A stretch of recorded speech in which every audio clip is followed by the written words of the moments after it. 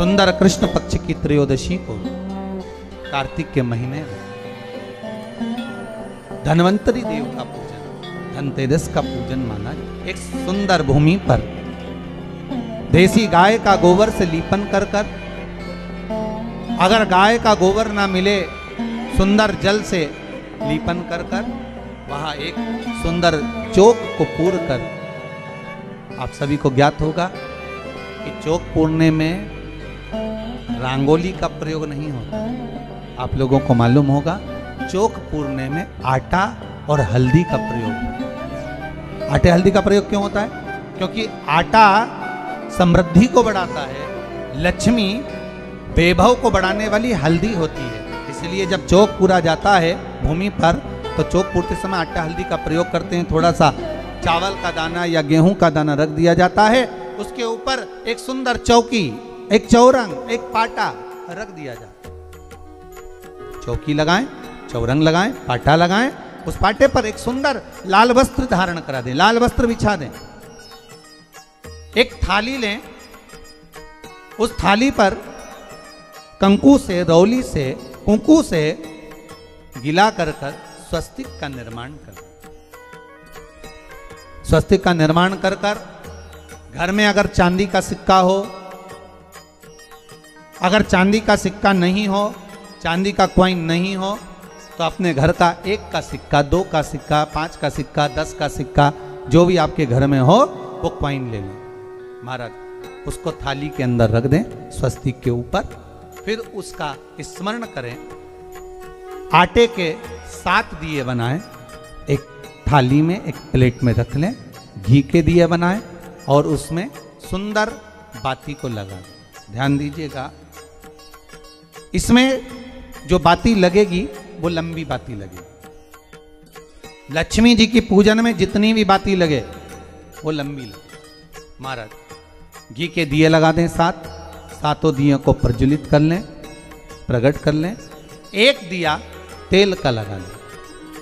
तेल का जो दिया लगाया है, जहां पर आपने सिक्का रखा है, कॉइन रखा है, उसका लेफ्ट हैंड, मतलब आप ऐसे बैठे हो तो आपका सीधा हाथ की ओर आप तेल का दिया लग दें। और जो 7 दिए आपने लगाए हैं वो लक्ष्मी जी के राइट हैंड, मतलब आपका लेफ्ट हैंड हो गया, लक्ष्मी जी का राइट हैंड, आपका लेफ्ट हैंड हो गया, आपका उल्टा हाथ। वहां पर 7 दिए जो आपने प्रज्वलित करे हैं वो प्लेट में रख। सुंदर थाली जो आपने पूजन की तैयार करी है उसमें कुंकू, रोली, हल्दी, अबीर, गुलाल, चंदन, मौली, लाल धागा, मौली, अमरबेल के टुकड़े, कमलगट्टे, हल्दी की गांठ, सुंदर भाव में उसको रखें। जल का पात्र सुंदर आनंद से, जो क्वाइन चांदी का और देसी क्वाइन आपने जो रखा है उसका जल से पूजन करें। क्वाइन का पूजन करें, कंकु आदि से पूजन करने के बाद दोनों सिक्कों को उठा लें। दोनों क्वाइन, जो चांदी का सिक्का है और जो देसी क्वाइन है, उसको उठाकर उस पर जो कलेवा है, मौली है, नाड़ा है, लच्छा है, उसको लपेटना प्रारंभ कर दें और उसको लपेटें। पहले चांदी का सिक्का लपेट दे, फिर देसी सिक्का जो आपने रखा है 1, 2, 5, 10 का जो सिक्का रखा है उसको लपेट थाली में उसको रख लें।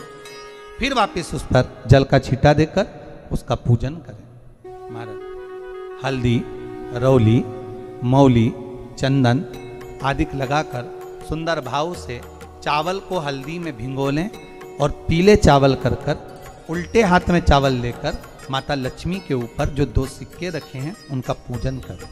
साथ में जब चावल छोड़ते जाएं तो गणेश जी का भी स्मरण करते जाएं। हे रिद्धि सिद्धि के दाता श्री गणेश जी महाराज, आप हमारे यहाँ पर सदा माता लक्ष्मी को लेकर, कुबेर भंडारी को लेकर सदा विराजमान रहें, नारायण को लेकर सदा विराजमान रहें।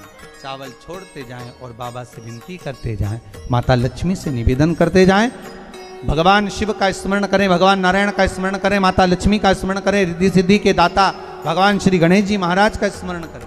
छोड़ते जाएं। जब चावल पूर्ण छोड़ दे में पूजन पूरी तरह से हो जाए तब महाराज 7 सुंदर आनंद से अमरबेल के टुकड़े, अमरबेल वृक्ष पर एक पीले कलर की बेल चलती है, पीली, उसमें पत्ते नहीं होते, वो किसी भी वृक्ष पर डली रहती, वो अमरबेल कहलाती। ये अमरबेल लक्ष्मी पूजन में, समृद्धि के लिए, मकान के मुहूर्त के समय पर, गृह प्रवेश के समय पर बहुत कार्य आती है महाराज। ये अमरबेल को पानी की जरूरत भी नहीं पड़ती, आप रूप किसी वृक्ष पर डाल दी जाए वो अपने आप फलती चली जाती है। उसी तरह हमारे यहाँ भी हम भगवान से यही प्रार्थना करते, जैसे अमरबेल बिना पानी पड़े भी किसी भी वृक्ष पर डाल दी जाए पनपती जाती है, बढ़ती चली जाती है, ऐसे हमारे घर में बेभव लक्ष्मी बढ़ती जाए। अमरबेल के 7 टुकड़े, कमल गट्टे 7, हल्दी की गठान 7, माता लक्ष्मी को समर्पित कर दें। दोनों हाथों में हल्दी पिसी हुई लीजिए और माता लक्ष्मी के ऊपर उसे चढ़ाना प्रारंभ कर दीजिए। 7 बार पिसी हुई हल्दी वो सिक्कों पर चढ़ा दें, अपनी मनोकामना कर कर अपने घर में माता लक्ष्मी को विराजमान करने के। जब हल्दी पूर्ण चढ़ जाए, हाथ में कुंकू ले लीजिए, रोली ले लीजिए, उस रोली कुंकू को भी माता लक्ष्मी को समर्पित कर। तब इसके पश्चात सुंदर जो भी घर में मिष्ठान हो, मीठा हो, नहीं हो, शक्कर हो, गुड़ हो, मिश्री हो, जो भी आपके पास में हो, खड़ी शक्कर हो, वो भगवान को, माता लक्ष्मी को भोग रख दीजिए। अगर कुछ मीठा बना हो तो मीठा रख दीजिए। महाराज घर में संपूर्ण पूजन कर कर आपके घर में जो देवालय में भगवान बैठे हैं उनका भी पूजन करिए।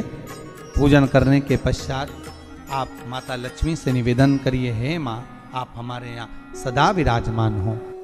पूजन करने के बाद जो 7 दिए आपने प्लेट में रखे हैं, थाली में रखे हैं पूजन के लिए, घी के, उन 7 दियों से माता लक्ष्मी की आरती उतारिए।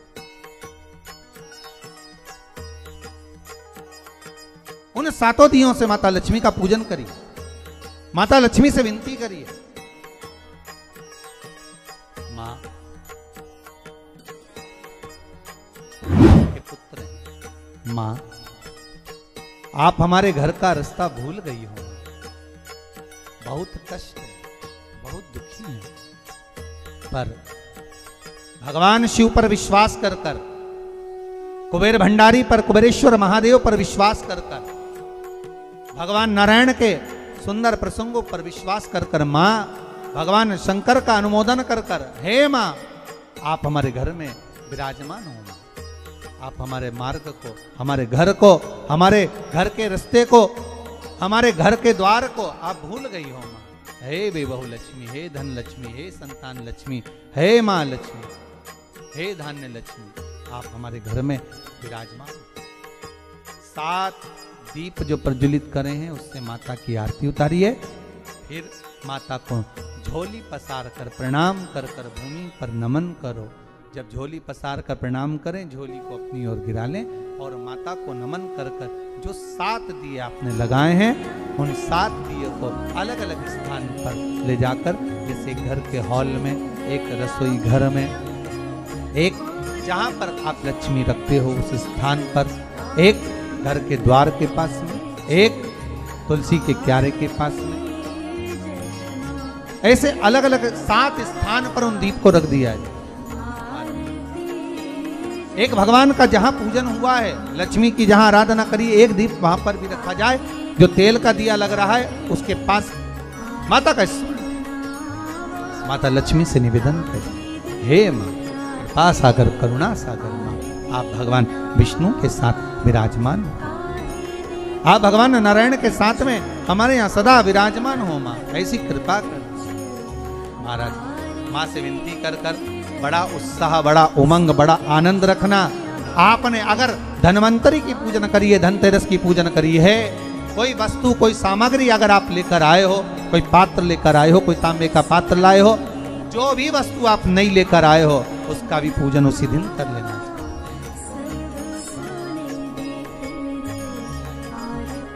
उसका भी पूजन।